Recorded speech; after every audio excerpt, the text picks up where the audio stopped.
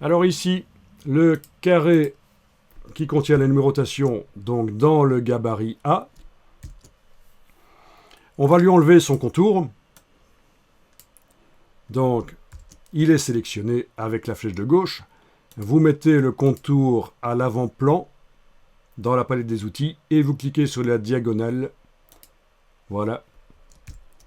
Ce qui correspond bien sûr à ceci dans la palette nuancier. 100. Et voilà, il n'a plus de contour. Au niveau du fond, vous allez pouvoir mettre la couleur que vous voulez. Vous mettez le fond à l'avant-plan. Je vais utiliser une des couleurs qui existent déjà dans le nuancier, et éventuellement le cyan. Et je vous rappelle que vous avez la possibilité de teinter, c'est-à-dire le cyan, mais en le tramant. Voilà, le cyan à 20% à peu près. Il est donc moins fort que ce qu'on voit ici, le cyan 100%.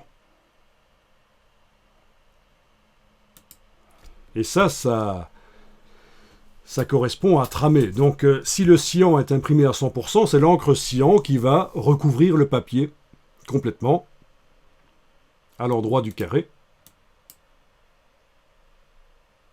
Si on trame le cyan, ce seront des petits points de cyan qui seront plus ou moins grands en fonction de la teinte choisie. C'est ça. Donc pour créer du cyan affadi, c'est toujours du cyan 100% qui arrive, mais sous forme de petits points avec du blanc du papier visible entre eux, parce que la technique offset ne permet pas d'imprimer à moitié l'encre. On ne peut pas imprimer à moitié l'encre cyan sur le papier. Il faut utiliser l'astuce du tramage que je vous ai montré tout à l'heure.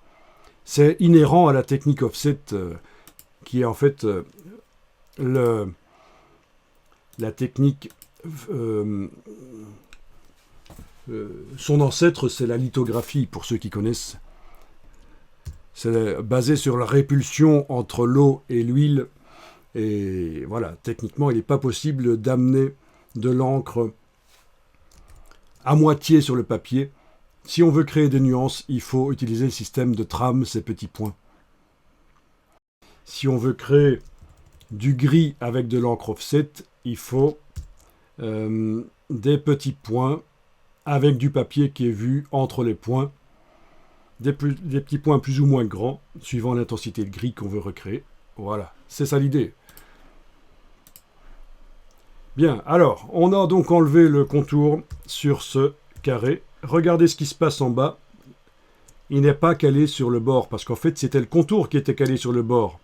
Vous pouvez le repositionner si vous voulez. C'est une caractéristique à connaître quand on aligne les objets et qu'ils ont un contour, puis qu'on leur enlève le contour, ils ne sont plus alignés. Ah ben oui. Parce que ce n'est pas réellement les vecteurs de l'objet qui s'alignent, mais c'est le contour dans le cas où ils ont un contour. Et donc, dans ce cas-là, ça n'était plus vraiment aligné. Tip-top sur la marge. Alors, en matière de typographie et de mise en page, la tradition, c'est d'être précis et vraiment au quart de millimètre près, on est précis. Bon, vous n'êtes pas obligé d'avoir cette approche nécessairement. Ce n'est plus vraiment techniquement nécessaire comme avant. Mais donc voilà, puisque c'est apparu ici, j'en ai parlé. Alors autre chose, on va centrer le texte dans le bloc. Et ça, c'est très intéressant pour la suite quand vous ferez des titrages, etc. Des titrages libres qui sont en dehors du bloc qui contient le corps du texte. Un titrage libre qui se balade éventuellement. Vous allez voir,